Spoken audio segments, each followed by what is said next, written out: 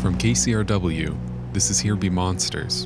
And just a note, this episode is about a sex addict that we met, and he speaks pretty frankly about addiction and desire. Well, since we're nearby, do you mind popping over to, I've been calling them hotspots. I don't know if that's an appropriate term, but I'm just thinking of like an area that is like pertinent to the story that we're trying to tell. Yeah, that's pretty appropriate. There's a really hard spot for me to go, but I actually don't think we can go there right now because our kids might actually be playing next to it. But we can walk down to, there's a strip club down the way that's significant, I think. Yeah, sure. Yeah. Let's maybe walk down here. Actually, this street leads to, there's another spot. I'm a little...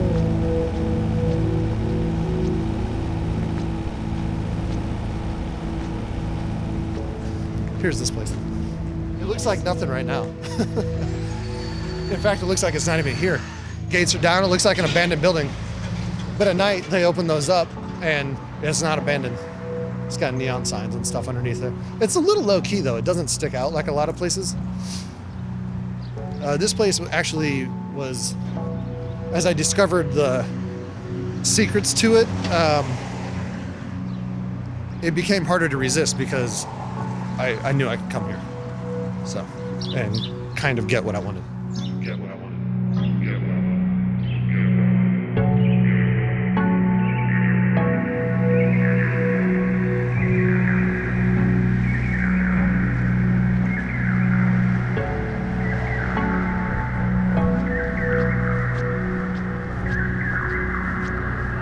There is another spot. I'm a little apprehensive about going there because my kids might be in the park across the street. I mean, it's funny that's right next to a playground.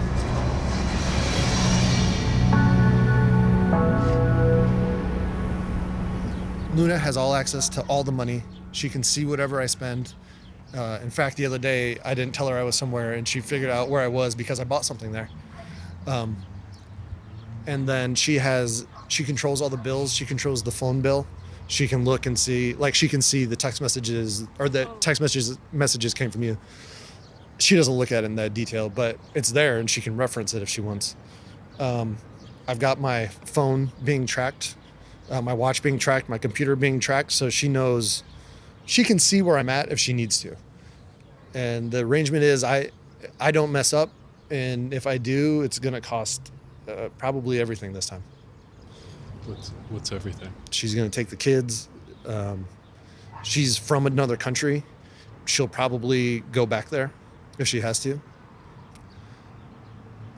I mean, that really is the arrangement. And the only reason I'm still here and relatively safe and sane is probably because of her. Is Sagittarius still there? Yeah.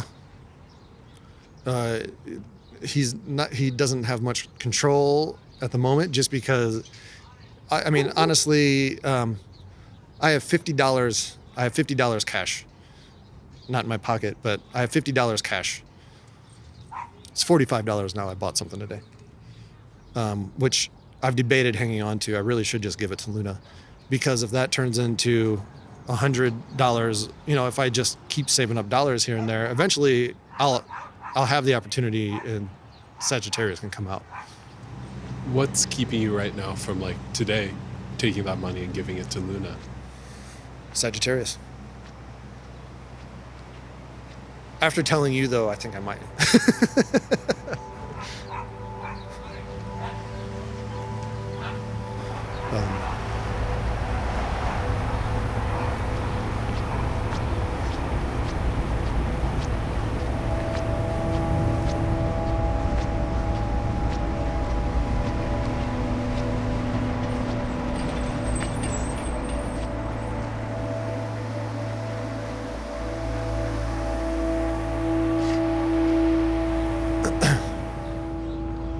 This is the, looks like a law office day spa, but it's not. That window right there, there's a room there. There's a room there. There's a window inside. It's funny that it seems so close to the outside. So what happens when you go in this building, or when Sagittarius goes in this building, rather? So right through that door, there's a door, and you either call ahead or you knock. Either way, you knock, and someone will open the door. It'll be a barely dressed Asian woman, and they'll take you to a room. They'll take your money, and then they'll disappear for a little bit. I don't really know what they do. They probably go put the money in a safe or something, and then they come into the room and you start the thing. There's no questions. They know what you're there for. We could go look at it if you want. I don't know if they have cameras out here actually. You can see the door at least. Yeah. This door. It's open to the data. Yeah. This is the door on the right.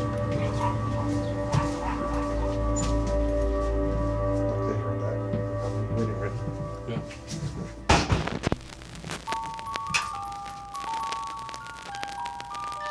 Here Be Monsters, the podcast about... The same part of the brain as hunger. The podcast about... The unknown.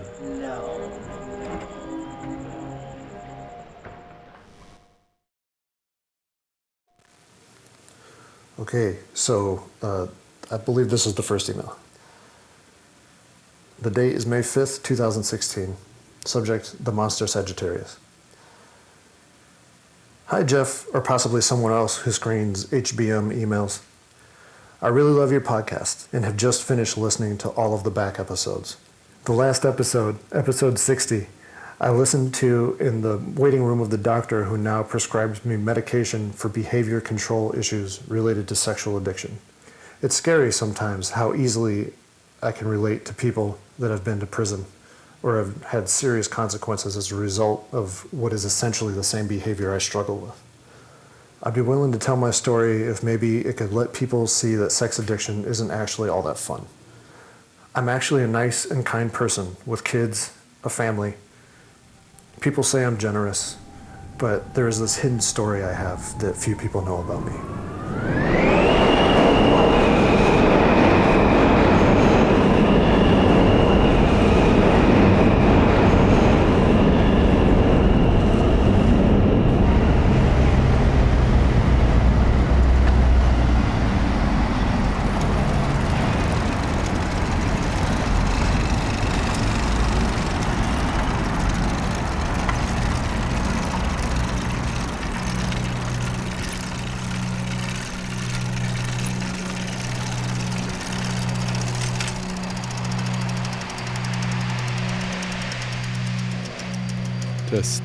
Test. 2017, April 18th, 11 o'clock at night. Where are we? Battery Park? Yeah. Why'd you want to come here as far as like places to take me? Well, one, you can see the Statue of Liberty nicely. Other than that, I come by here usually when I do a ride around Manhattan. I do it late at night, and I usually take a break around here. Also, it reminds me of my dad for some reason. I think he came to visit once, and he didn't really want to see anything. He just kind of wanted to see the Statue of Liberty, so it makes me think of him. I think he and I probably have a lot of similarities. He had some similar issues to myself, so I relate to him. What kind of similar issues? He definitely had addiction issues. He was more cocaine and alcohol. But along with that came infidelity and a lot of like extramarital sex stuff. And he would, as like a teenager, he would like tell me about it. Like him and my mom, they divorced when I was maybe 10 or so. Yeah. Like late teens, early 20s. He would just tell me what he was doing. He thought it was funny. I guess it was funny, but yeah, he would tell me about his escapades with women he found at bars and how much they drank and if they did any drugs, and he's just an open person like that. Yeah. Do you think that affected you at all or not? I don't think that did really. I never really felt like I was following his example. I just found myself later in life doing some of the things that he had done, really, and I wasn't thinking about him. But as I've tried to find a way out of it, I've thought about him a lot more.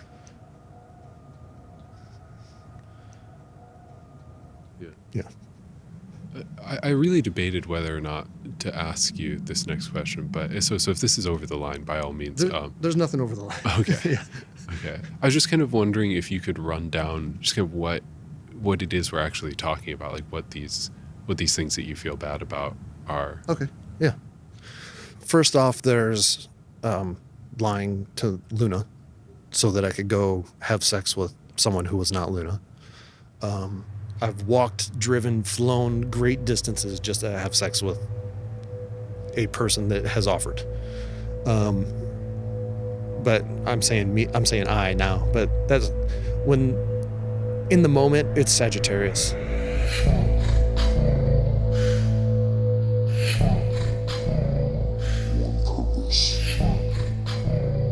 Sex with a prostitute.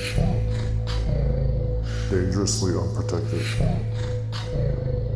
Obsessive sex. Purpose. The triggers are everywhere.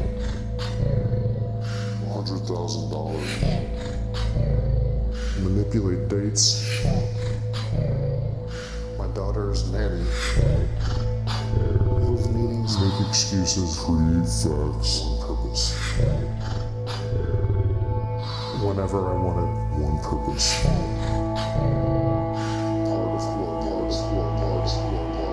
One purpose.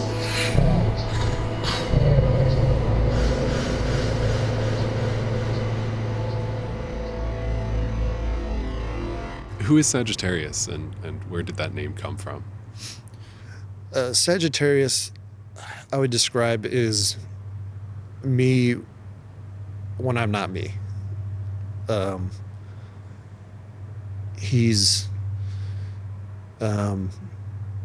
He wants to have sex with some woman, any woman, doesn't matter. And he will lie to whoever he has to. He'll pay whatever he has, money-wise. Like right now, I know that I'm the one that is doing all that stuff. And it's easier for me to talk about if I talk about Sagittarius. So I'm aware of him like all the time. But in the moments when I get weak, it's like he's not aware of me. And I'm not driving anymore. Why Sagittarius? Why that name? I was looking for something to call it.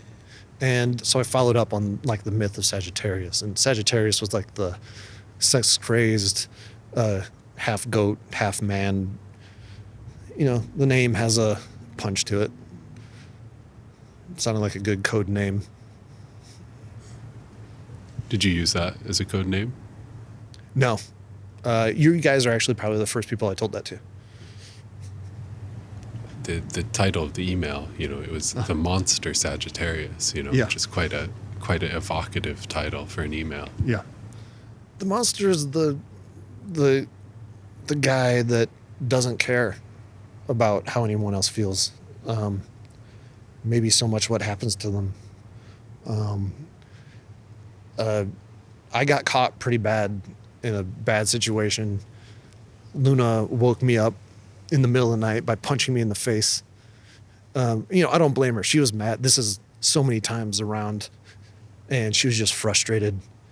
And our daughter was in the bed with us, and she's yelling to stop, and I'm just trying to stop her from hitting me, and Luna's yelling, and this is all happening in my mom's house.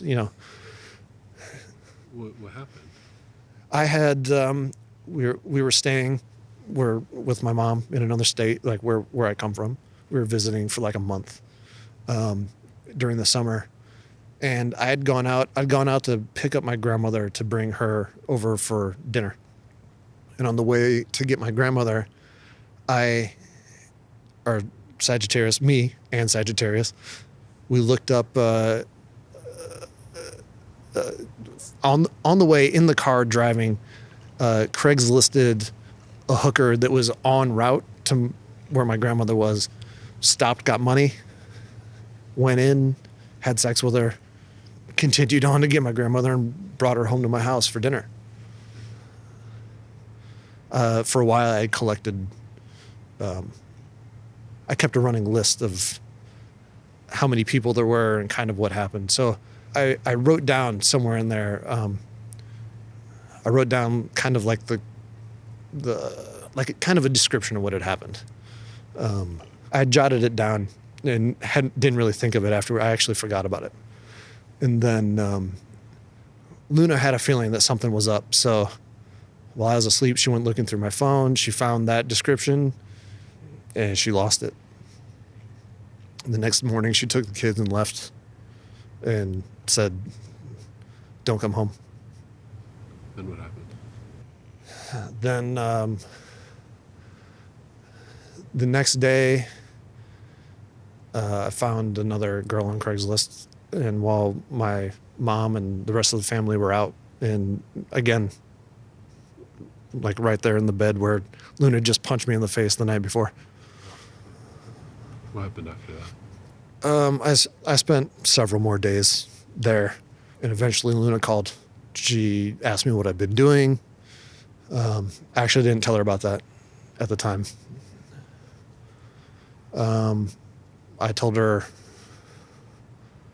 I honestly don't remember what I told her, but I know I didn't tell her about that.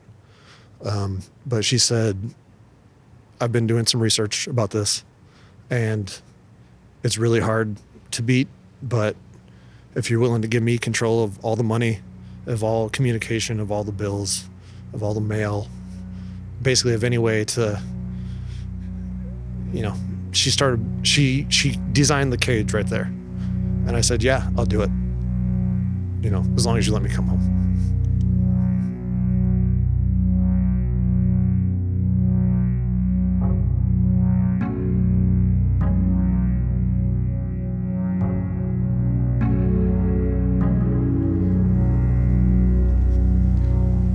If your children grew up to be the spitting image of you, would you be proud of them or not? Sure. There's more to me than this one thing, and there will clearly be more to them than their flaws. So, yeah, of course, I'd be proud of them. The thing I feel worst about is just putting Luna through the ringer over and over and over again, and then I'm amazed that she's stuck by me. I really am amazed. Like every time she's caught me at least 6 times. And each of those was bad. Each of those could have been the end. Each of those almost was the end. She found a way to stick it out and stay around for me. Like why do you think she did though? I'm sure it's complex. I'm sure there's several reasons. One of which is we have kids together. One is we've tied our financial futures together. Those are practical reasons, but it took me a while to understand and actually to believe this. But at the end of the day, I think she actually just loves me. And I think I would lose sight of that, especially in the day-to-day of like a long, mature relationship. It's not always apparent. And I would kind of just forget and think it didn't matter, but she's always the one that pulled it through in the end.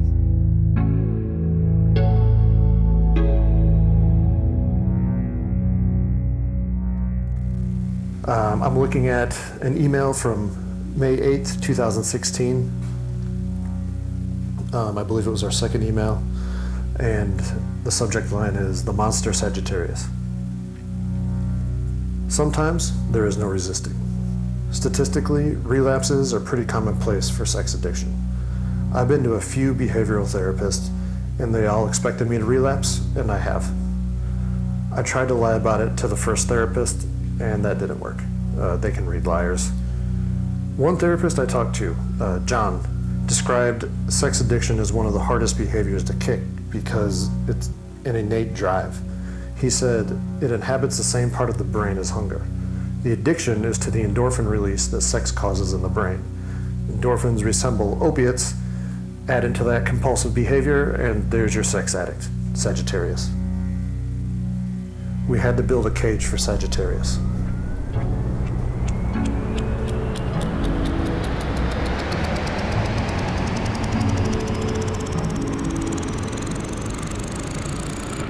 Like, after today, I'll be able to think back and I can remember your face. I can remember talking to the microphone, and I'll be able to remember that. And I'll be able to see it behind my eyelids, right? Like when you close your eyes. In like the sex acts with prostitutes or anyone, even Luna, I cannot remember it. I can't close my eyes and see it. And that is, I think that's part of what makes you want to repeat it over and over again. It's like you want the feeling back. You want you want to be able to pull that situation up. Like, here's what I really want to know is, like, why did you write us? Like, what prompted you to write us an email? So I wrote you an email because I heard an episode that you guys did. I should have looked. I forget what it's called. It was about the guy who was in the facility outside of, where was it? The episode, I think, is called The Predators of McNeil Island. Yeah. Right? Yeah, that one. And that guy said something. He said he was trying to get off the island. And he had a hearing or something, a court hearing, court date. And he said, I know for a fact that I will never do what I did again. Fantasies like that are almost anathema to me these days. It's so completely repulsive that I wouldn't even be able to conceive of it these days. And just in my experience, that didn't ring true. I don't know that I'm not going to do this again. I'd like to not do it again, but there's no way I can know that I'm not gonna. If I found $100 bill on the sidewalk right here, by the end of the week, I would have had sex with someone else. So what happened to that $45? I still got it. It's in my backpack, I think. Yeah, it's still there. I haven't thought about it much since the other day.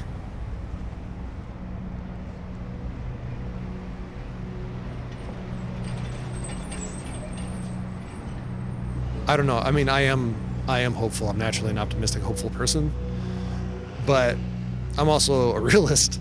So I am concerned that I might not make it with Luna and with our kids. How thin is the ice right now?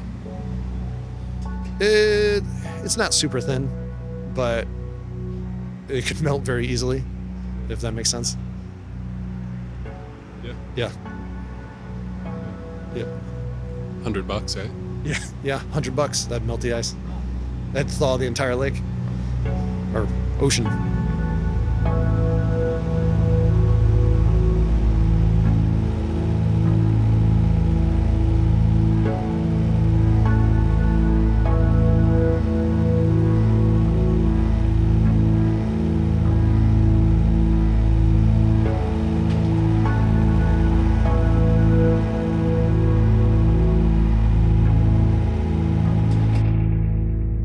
Sagittarius told us that he's been faithful for over a year now. So far, his cage seems to be holding. Sagittarius first emailed us after listening to an episode that we produced about civil commitment for sex offenders. It's episode 60, and it's called The Predators of McNeil Island. You can find that episode on your podcast app or over on our website, which is HBM078.com. Also on our website, you can see pictures of the mythical Sagittarius, who isn't actually half man, half goat, but half man, half horse. He's a centaur. We also have links out to resources on sexual addiction. Again, we're at HBM078.com. Bethany Denton produced this episode with help from me, Jeff Emtman. Our editor at KCRW is Nick White. Music in this episode came from Phantom Fauna and The Black Spot. We also remixed some music that Sagittarius made while he was in college, which is what you're hearing right now. Here Be Monsters is a part of the Independent Producer Project from KCRW. KCRW is currently running a membership drive, and joining KCRW shows your support for this podcast and other projects like it. You can learn about the benefits of being a KCRW member and sign up at kcrw.com/join. And you can tell them that we sent you. All right, thanks for listening. Our last 2 episodes of Season 5 are coming soon.